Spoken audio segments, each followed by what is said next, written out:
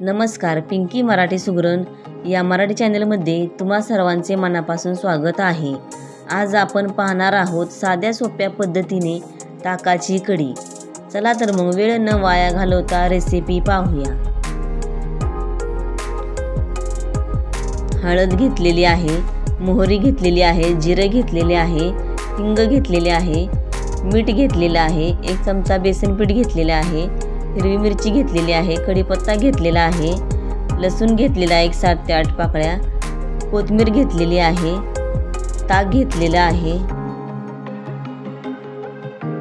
लसूण जाडसर असा ठेचून घ्यायचा आहे।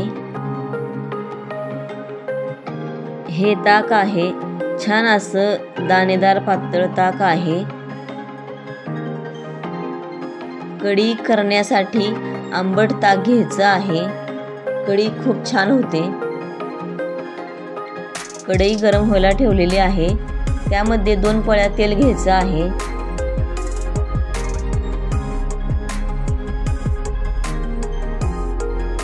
तेल गरम झाले की जिरे घ्यायचे आहे,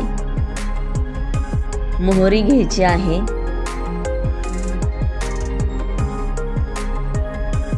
लसूण घ्यायचा आहे ठेचून,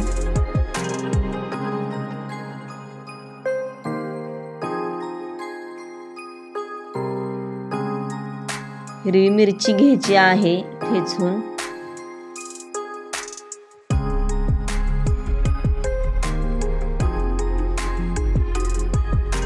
कढीपत्ता घ्यायचा आहे।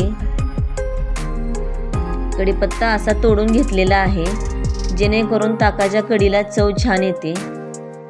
छान अशी फोडणी करून घ्यायची आहे।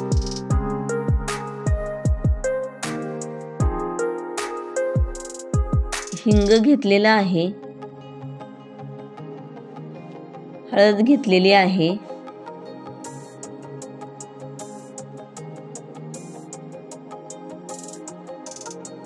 छान अशी फोडणी करून घ्यायची आहे। ताक घेतलेलं आहे बनवलेलं। गॅस कमी करायचा आहे।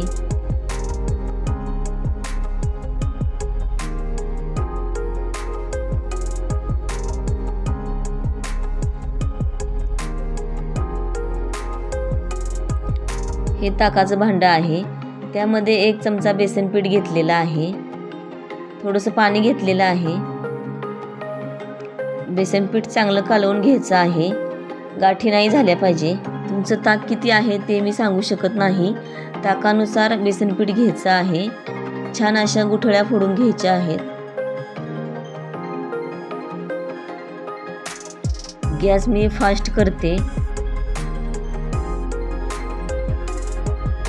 बेसन पीठ कालवलेलं पाणी यामध्ये टाकायचं आहे।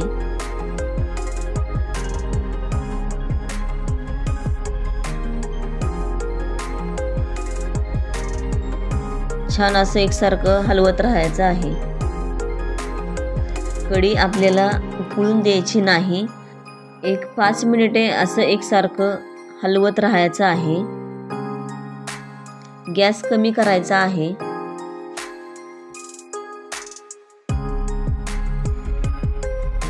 मीठ घेतलेलं आहे, तुम्ही तुमच्या चवीनुसार घ्यायचं आहे। कढी आपल्याला उकळून द्यायची नाही, कढीला मोहर आला की गॅस बंद करून घ्यायचा आहे। कोथिंबीर घेतलेली आहे। साध्या सोप्या पद्धतीने ताकाची कढी आपली झालेली आहे, तुम्ही बघू शकता।